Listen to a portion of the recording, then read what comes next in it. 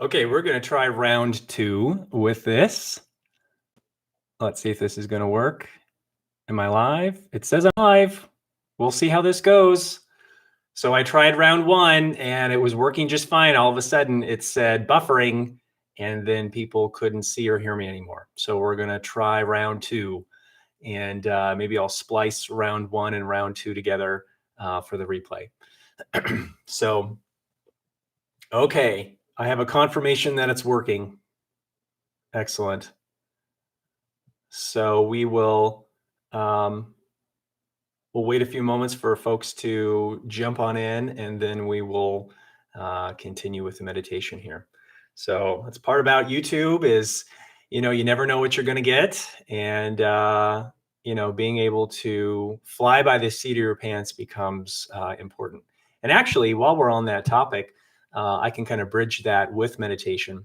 That one of the long-term benefits from being able to practice this is things in life don't wrestle your feathers as much, that you have a general ease and flow that starts to permeate and take over your mindset when you practice this. That, of course, we all have times where there's frustrations and things that we don't prefer, both large and small. Of course, a large one right now is the virus and all the things that are kind of coming as a result of that. But smaller things, anything from a little irk or an irritant like getting YouTube to work, or something larger in your personal life, that really spins you out. That what the research shows and what my experience has found as well, and maybe for you too, and if so, let me know in the chat, that for those who have been meditating for a while, that while the waves may come, they don't last as long and they don't impact us as intensely. So that's been my experience. But I'm curious for those of you who are on the in the chat right now or watching later, and you can comment below, is if you've had some sort of meditation practice in your past, what has that looked like? Or if you're new to this, that kind of helps me get a gauge for those in the audience here of kind of where their skill level is. So luckily, I'm still hearing word that you guys can see and hear me okay. So that is a good thing. Okay, so let's do this. Why don't we go ahead and start the meditation again? And hopefully things will flow this time. And then afterwards, for those who have any questions, please know that I'm going to carve out a few minutes to answer those. So go ahead and be thinking about what you might want to ask if you have any questions. Okay, so fingers crossed. Okay, so what I found when we're getting ready to begin a meditation is that being able to find a comfortable position becomes really important. And that looks different for different people. Part of this is just intuitively getting in touch with your body of what feels natural and comfortable. My experience has shown me that being able to sit in a chair, either that or crisscross applesauce on the ground, but to sit in a chair with imagining as though there's a string from your spine that's holding your torso upright without being too rigid, where we become like a soldier, but we don't want to flop like a Raggedy Ann doll either. So whatever that in between looks like for you is where we want to begin. I also find both feet flat on the floor is also helpful. So that's another pro tip there that I can't recommend enough.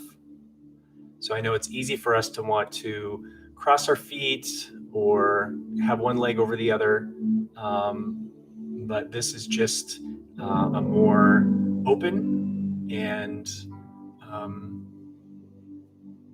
we'll just say open stance for us. Okay, now if you'd like, you can close your eyes. Or if you prefer, you can leave your eyes open and just stare at a spot on the floor or the wall. And we're going to begin by just taking a few breaths And whether you do that through your chest or your abdomen, your diaphragm, either way is just fine.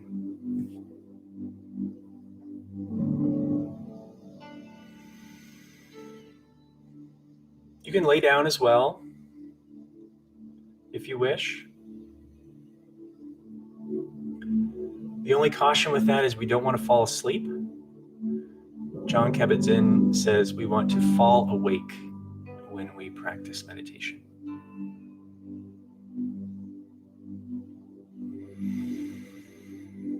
So taking a few moments again to notice the rise and flow of the breath with each cycle.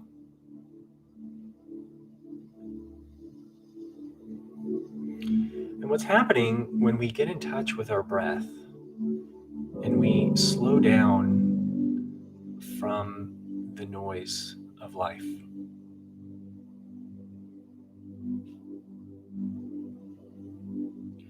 is that our brain waves start to slow as well.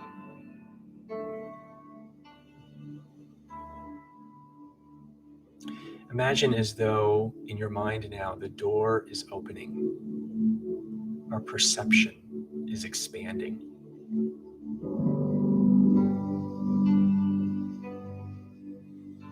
It's allowing us to usher in the next stage in this meditation process. Knowing right now in this moment, you are safe.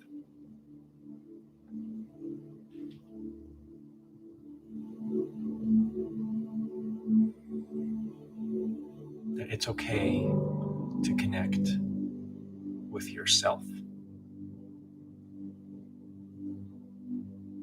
and with Source, with life.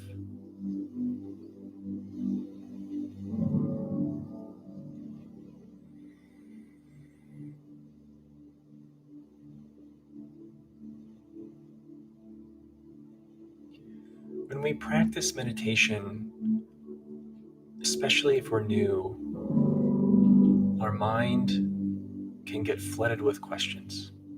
Am I doing this right?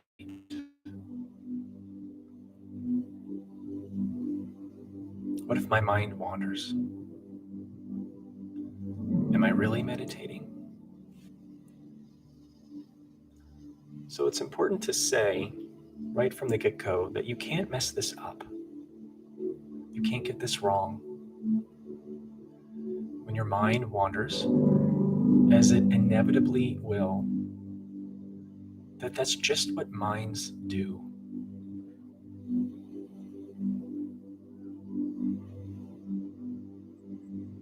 The invitation here is to notice when that happens and gently bring your attention back, escorting it to the present moment. Much like a shepherd tends to his flock,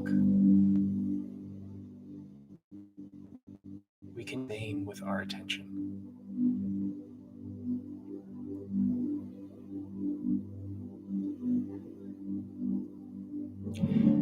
Now, today being Easter, we have a special intention we will infuse into the meditation, one of rebirth. An archetype from spirituality is this concept of resurrection, how we can live a new life, how we have the opportunity to start again no matter where we are. And that, of course, is the hope for everyone here today. That no matter what you've been through, whether we're talking in your life or in more recent times, that we can always start fresh. Specifically because there will always be a new present moment for us to connect with.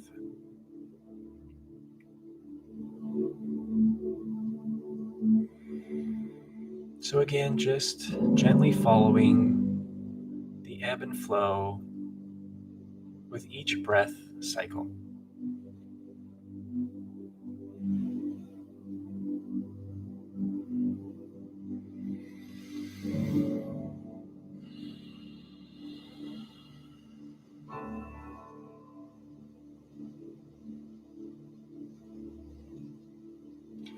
Now that this mindful foundation has been laid,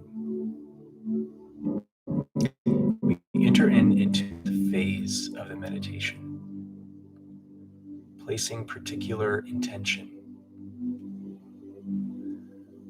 Taking a few moments now to move beyond our awareness of the breath and to think about what our heart desires.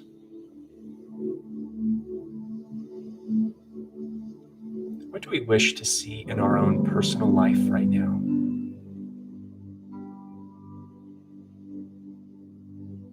What change or changes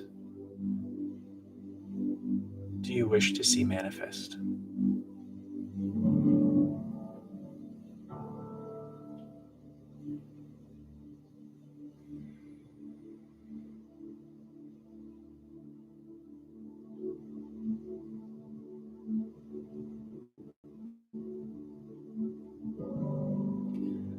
Now that you may have picked one or several of these wishes, what I invite you to do now is to imagine in your mind's eye the full fruition of this desire. We're going to play theory here to move past the ego and the limited mindsets that say, but this hasn't happened yet. And we're going to imagine a movie clip in our mind. If this desire has already transpired, what's happening around you? What do you see? What do you hear? Most importantly, what do you feel?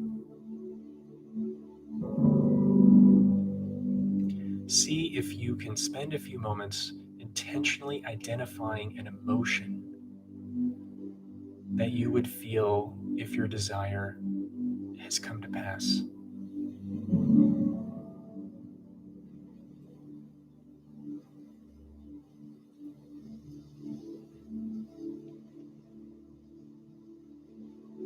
And now what I invite you to do is to imagine this feeling that you would feel with your desire now being here. And see if you can move into feeling that right now.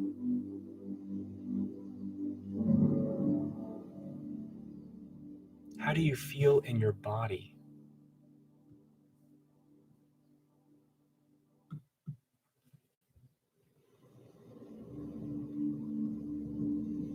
Can you see about increasing the intensity of this emotion just a little bit?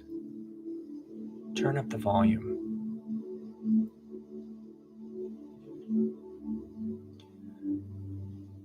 What's happening right now on an energetic level is that you are casting out seeds to the universe.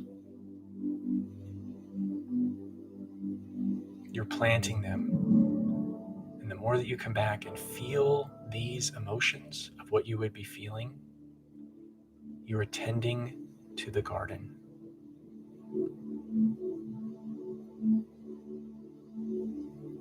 Now we're going to move beyond our personal wishes to those for the world. These past few months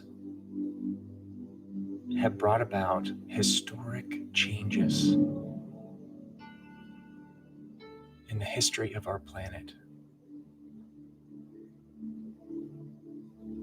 Right now, there's a lot of suffering going on in practically every country on earth.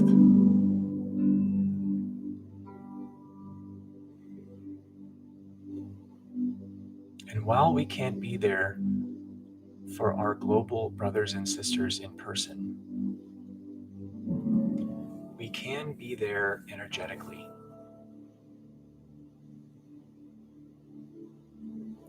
So my invitation right now is for you to once again get in touch with a desire of what you wish for the world. What would you like to see? What changes do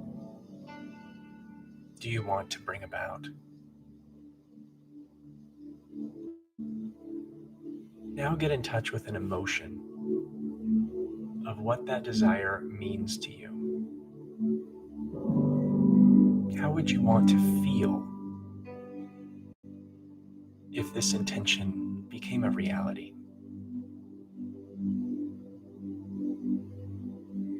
And once again, with the same process, feel that emotion in your body in the present moment.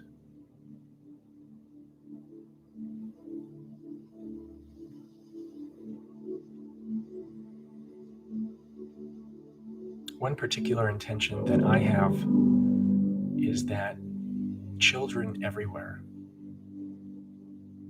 get their needs met. That all children can one day be safe, be nurtured, and be whole.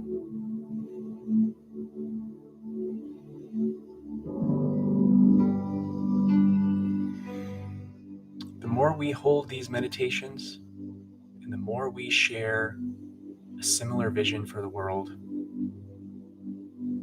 the quicker that picture comes to pass.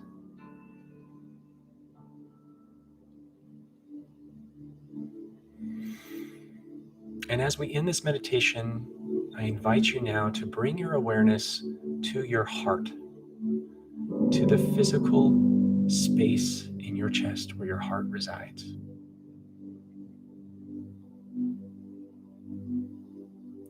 We have two aspects of our heart.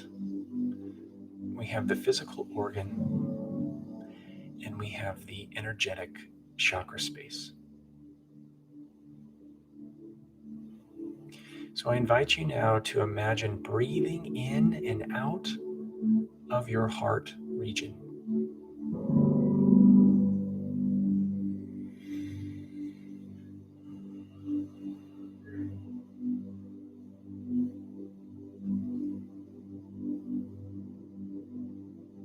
Research has repeatedly demonstrated that we as human beings have a measurable magnetic field around our body.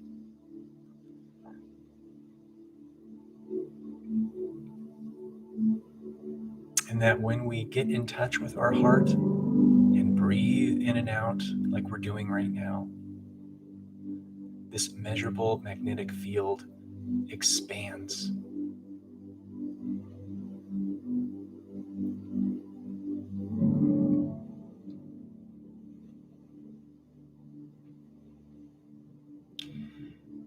And now we'll end with a point of gratitude. I invite you all to think about at least one thing right now that you could feel grateful for.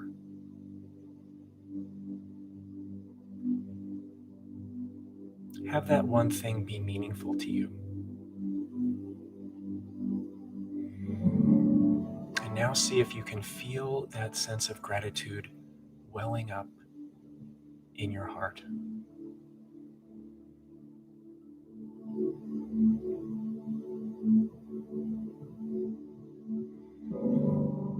And now we return our attention to our breath, taking a few in breaths and out breaths.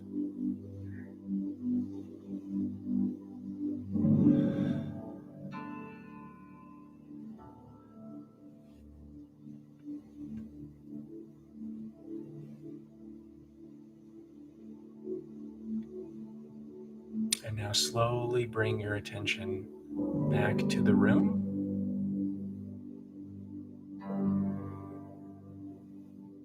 and in this case, back to your video screen.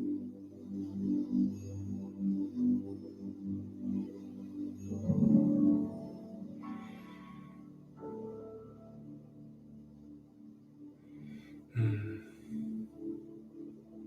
I want to thank you all for carving out time in your day to be with me, to be with yourself, more importantly, and to contribute to the whole by doing this meditation. We live in what's called a holographic universe, which means that what we do for ourself in a very real sense also contributes to the whole, that we are fragments of one giant collective web. And the fragment mindset comes from our ego, comes from this perspective that we feel cut off and disconnected from others. But on an energetic level, there is no disconnection. We are all united. And so when we meditate in this way and have intentions like what we just did with our meditation, that this has us create glimpses of reconnection, of connecting again to the whole. So I don't want to make this video too long, but just want to see and hop into the chat. And if anyone has questions, I'm more than happy to address those. And hopefully you found this time worthwhile.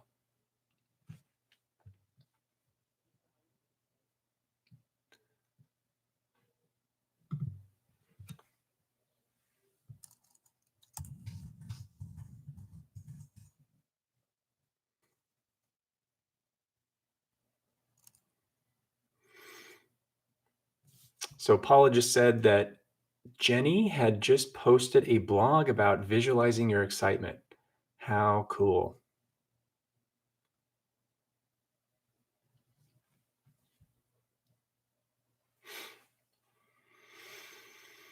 Hmm. You know, it's so important that we connect with other people during this time as well, that we can feel disconnected with social distancing and that whole phrase that's going around. What I've been telling my clients is that's really not the best phrase. What I prefer to see and how I phrase it is physical distancing. Because with social distancing, there's this implication that we need to disconnect from others. And while we need to respect the 6 foot rule, that doesn't mean that we can't connect with loved ones. And so, whether that's online through, like right now, through the chat or through YouTube, or through video platforms like Zoom or Skype, picking up an old-fashioned phone and just calling a loved one, or connecting in some other meaningful way with those around you is really important during this time.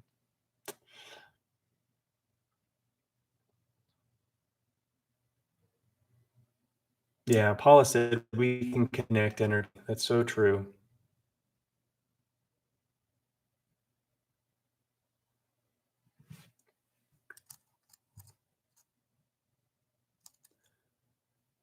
Someone said they had a headache and it's gone now. That's great to hear.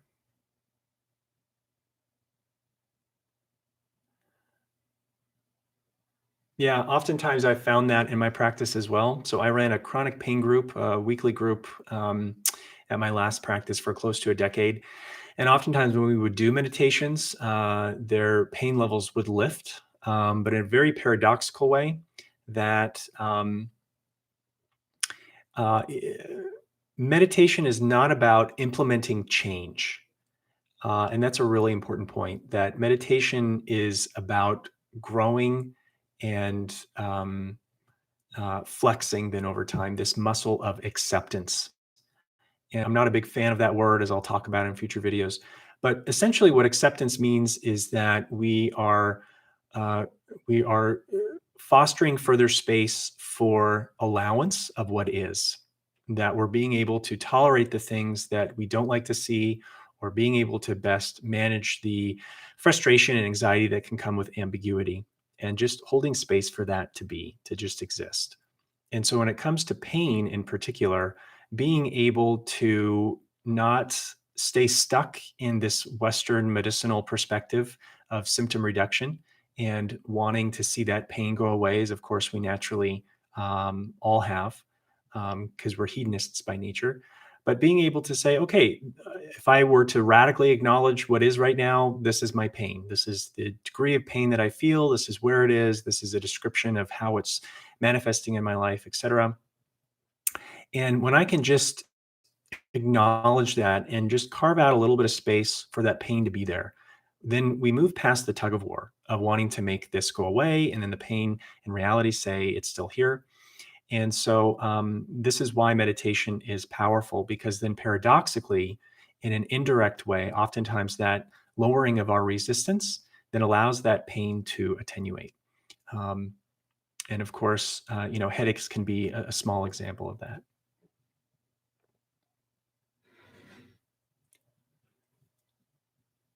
Okay. All right, folks. Well, once again, many blessings. Thank you all for taking time to be a part of this. And I hope you have a fantastic Easter and a good week. Namaste.